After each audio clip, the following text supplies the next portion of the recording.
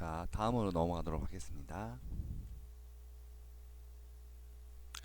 일단 그리고 이제 우리가 이런 것들을 프로젝트를 잘 만든 다음에 많은 분들이 다 사용할 수 있도록 오픈하면 굉장히 좋겠죠. 최근에는 기업에서도 오픈 소스가 굉장히 많이 사용되고 있습니다. 어, 오픈 소스는 큰 기업 같은 경우는 표준을 유도하기 위해서 오픈하는 경우도 있고요. 해서 그 어떤 많은 분들이 있지만 많은 분들이 어떤 순수한 열정에서 만들어서 오픈하는 경우가 많이 있습니다. 최근에는 이런 오픈 소스에 활용하는 것이 개발자에게 있어서는 어떤 하나의 이력이 될 수 있기 때문에 그런 부분을 좀 고려해서 참여하시는 분들 계시고요. GitHub 같은 경우는 어, 이제 공식화된 개발 역량을 보여줄 수 있는 좋은 플랫폼이라고 생각이 들어요. GitHub를 이렇게 들어가 보시면 어, 그래서 GitHub에 들어가 보시면 어, 많은 누군가가 GitHub의 주인이 누군가 어떤 부분에 관심이 있고 어떤 식으로 뭔가를 만들어 왔는가에 대한 히스토리가 남아 있기 때문에 이런 부분에 대해서 어떤 회사의 어떤 IT 개발자로서 어떤 회사에 어 이제 응모하는 경우에 이런 GitHub 사이트를 그쪽에 알려주면 단순한 이력서보다는 좀 더 자신을 파악할 수 있는데 큰 도움이 될 수 있을 거라고 생각이 듭니다. 그래서 이런 것들을 좀 많이 여러분들이 사용해 주시면 좋을 것 같고요. 일단 이런 깃은 분산 버전 제어라고 하는데요. 어, 여기 계신 분이 만들었다고 합니다. 여기 계신 분이 이분이 누구신지 모두들 아시나요?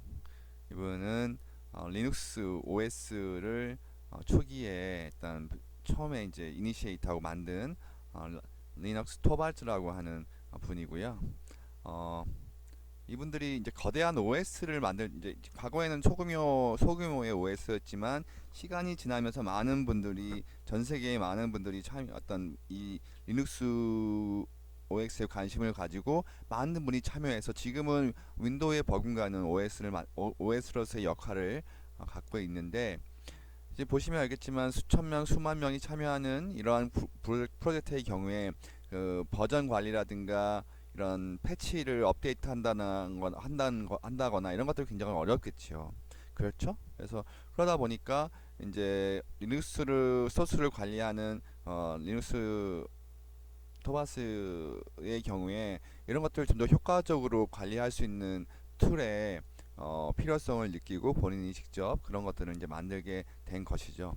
그래서 깃이라고 하면 일단 분산 버전 제어 소프트웨어를 말하는 것이고요. 깃허브라는 것은 깃을 위한 웹 저장소들의 공간이다라고 말씀을 드릴 수 있겠습니다. 아까 제가 예제에서 말씀드렸듯이 리파지토리 저장소들이 이제 몰려 있는 곳을 깃허브라고 하는 것이고요. 더불어서 어떤 일종의 커뮤니티와 협의 공간이 좀 남아 있어 서로 이제 플리켓을 날리거나 좋아요를 누른다거나 스타를 누른다거나 서로 간에 이야기를 할 수 있는 그런 기본적인 인터페이스가 제공되기 때문에 이제 어느 정도의 커뮤니티 협의 공간도 함께 제공된다고 말씀을 드릴 수 있겠어요. 자, 사실 이 기터브는 과거에는 이제 자체적으로 운영되는 것이었는데 마이크로소프트사가 지난해인가요? 지난해 이걸 공식 인수했지요. 그래서 우리나라 돈으로 약 8조 원 규모의 인수를 했는데요. 네, 대단히 놀라운 그런 사건이었습니다. 왜냐하면 아, 윈도우즈를 개발하는 마이크로소프트에서는 사실 오픈 소스와는 굉장히 정반대의 길을 과거에 걸었었기 때문에 오픈 소스의 대명사라고 불리우는 이런 깃허브를 인수한다고 했을 때 사람들이 많이 놀랐죠. 2001년에 그 윈도우 소프트 마이크로소프트의 그 사장님께서 그 리눅스는 암덩어리야라고 이제 말한 그 사실이 있었거든요.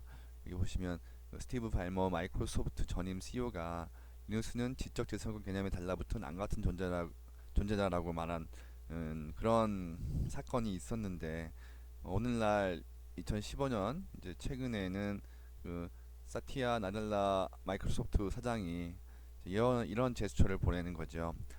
마이크로소프트는 리눅스를 사랑한다. 이 말은 이제 마이크로소프트는 오픈 소스 진영을 미워하지 않는다. 서로 사랑한다. 우리 같이 열심히 잘해보자. 뭐 이런 형태로 해석할 수 있을 것입니다. 자, 그래서 이 말은 이제 사회가 많은 시장이 거대 기업들이 오픈 소스의 필요성을 이해하고 그쪽 커뮤니티와의 어떤 협력을 통해서 뭔가 자본 수익을 만들어 나가겠다는 그런 의지를 볼 수 있고요. 구글 같은 경우도 사실 오픈 소스의 대명사로 불리우죠. 왜냐하면 이제 뭐 안드로이드 같은 경우가 이제 오픈 소스이기 때문에.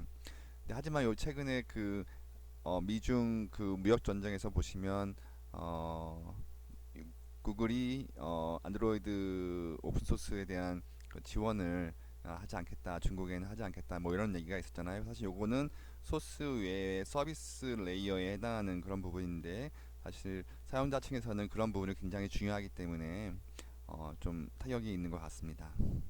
하여튼 어, 오픈 소스에 대한 지식과 참여 활동이 오늘날에는 굉장히 중요한 거는 명백한 사실이고요. 그리고 아까 말씀드렸듯이 어, 오픈 소스를 활용하는 능력이라든가 또 오픈 소스에 어떻게 기여했는지 등이 여러분들의 이력서에 큰 장점이 될 수 있겠다. 말씀을 드리고요. 여러분들이 기시나 깃허브를 통해서 자기가 참여해 왔던 소프트웨어 같은 것들을 많이 올려주시고 여러분들의 발전의 어떤 히스토리를 그쪽 깃허브에서 만들어 나갈 수 있도록 노력해 주시면 굉장히 좋을 것 같습니다. 네, 이거는 작년에 제가 아는 분이 이렇게 올렸던 내용인데요. 최근에 뭐 여기 보시면 한탄하는 글이 좀 남아 있어서 제가 어, 말씀을 드려요. 요즘 하는 일을 보면 기도 없이 어떻게 개발했을까 싶네요라는 말을 할 정도로 개발의 실제 실무에 있어서 굉장히 많이 중요한 것을 여러분들이 알 수 있고요. 꼭 어, 우리 수업에서 많이 활용했으면 좋겠습니다. 네, 이것도 다시 한번 이력서 포트폴리오로서의 깃허브의 내용을 설명하는 것이고요. 네. 그래서 저는 이렇게 생각해요. 학점은 참 많은 대학에서 어떻게 주는지 객관화된 것이 아니기 때문에 물론 학점이 높으면 상대적으로 비율적으로 어떤 경향이 높죠. 그 친구가 공부를 잘할 것이라는 어, 부분은 분명히 있습니다만은